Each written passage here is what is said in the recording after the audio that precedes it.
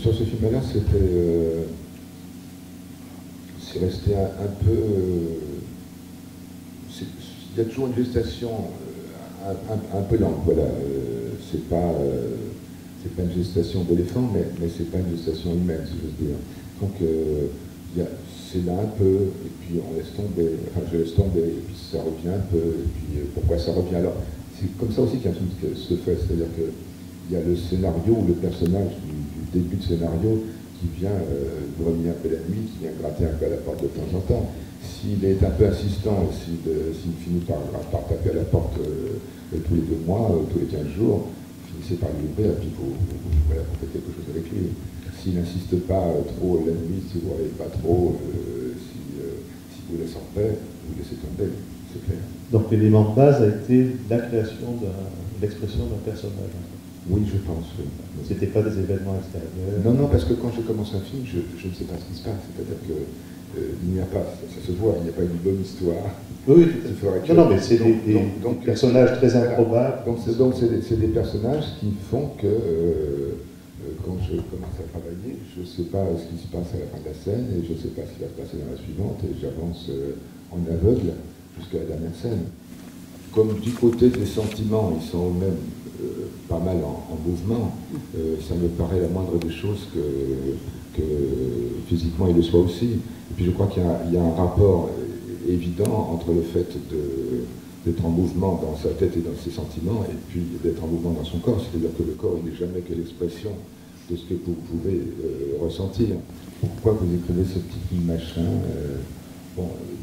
il y a toujours des projets qui se combattent, enfin qui s'ajoutent. Donc dans l'ordinateur, il y a ces petits machins qui sont en devenir. Et puis pourquoi un machin s'arrête au bout de 3 scènes, et pourquoi un autre machin va jusqu'à 50 scènes et devient un film, j'en ai aucune idée, certainement parce qu'il y avait un besoin plus grand, où il y a eu un plaisir à l'écriture plus évident. Je pense qu'il y a eu surtout un plaisir à essayer de découvrir un personnage. Le plus souvent, quand je ne vois pas très bien, quand c'est très confus, quand c'est très opaque, quand le personnage est très opaque, quand le personnage principal est très opaque, ça m'intéresse davantage. Si je vois à travers lui, je laisse tomber tout de suite. Mais c'est pas...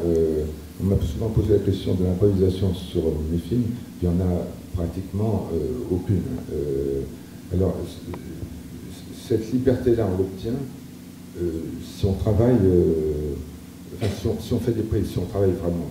Donc, il faut plutôt faire 20 ou 25 prises que d'en faire 3. Au bout de 3 prises, on n'a pas grand-chose.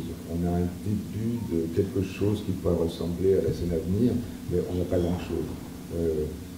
Quand on finit par travailler longuement, sérieusement, après une prise, on commence à trouver un petit peu des choses. Après 12 ou 15 prises, on s'en approche, et là, on peut y arriver. Mais c'est parce qu'ils maîtrisent mieux la scène, parce qu'ils connaissent bien le niveau de la scène, parce qu'ils connaissent très bien les déplacements à l'intérieur de la scène, qu'ils peuvent commencer à avoir une vraie liberté. Voilà. La liberté, vous ne pouvez pas l'obtenir après 3 prises. Et le cinéma, en règle générale, le cinéma français tout particulièrement, c'est des comédiens qui acceptent de faire 2 ou 3 prises et qui rechignent dès la 4e prise. Donc c'est ça qui est amusant. C'est pour ça que c'est amusant de faire des films. C'est amusant si vous prenez la liberté de vous amuser sur le tournage et vous prenez un tout petit peu de temps, malgré les 5 semaines de tournage, il y a du temps pour s'amuser. Donc j'ai toujours du mal d'ailleurs à comprendre quand j'entends les interviews des metteurs en scène, ils sont toujours en train de se plaindre de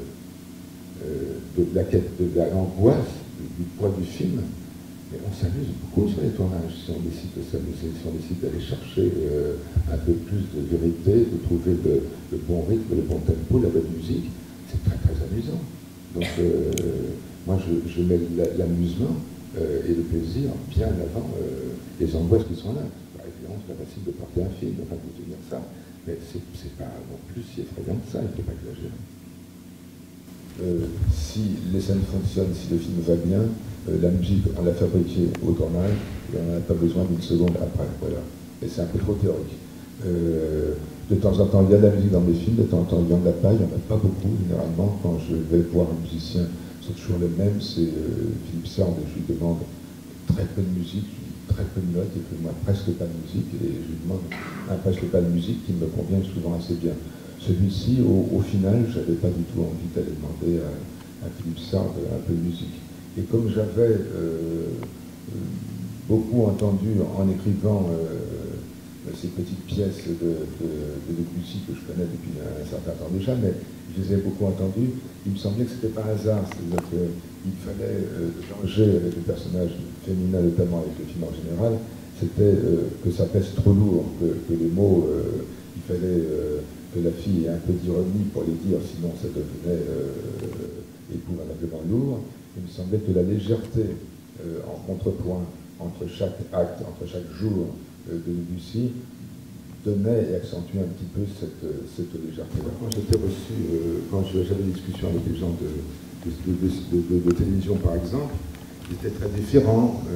J'avais fait des films, ils semblaient avoir compté un petit peu, donc j'étais toujours très bien reçu. Ça ne veut pas dire que j'avais de l'argent, mais il y avait toujours cette gentillesse, cette très bonne hospitalité, et on me laissait entendre que certainement j'aurais un petit peu d'argent. Le plus souvent j'en avais un peu d'ailleurs, mais pas toujours.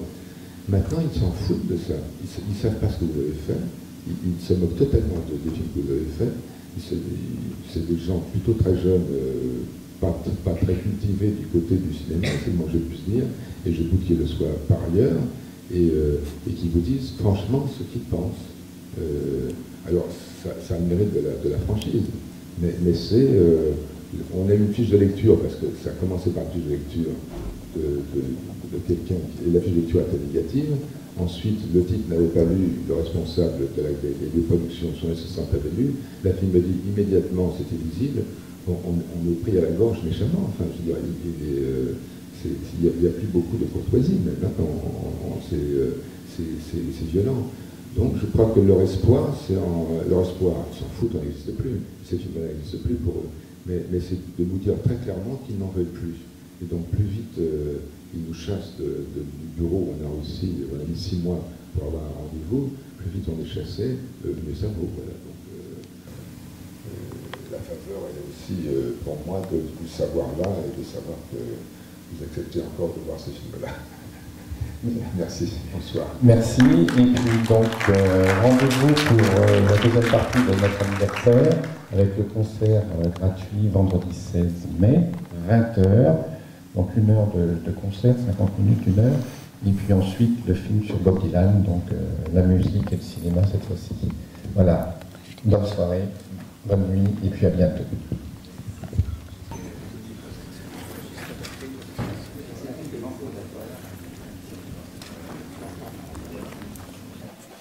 Pour Olivier. Non, mais ça, on n'a pas le temps de toute façon. C'est le week-end. Aurélie aussi, je pense que c'est ça. Mais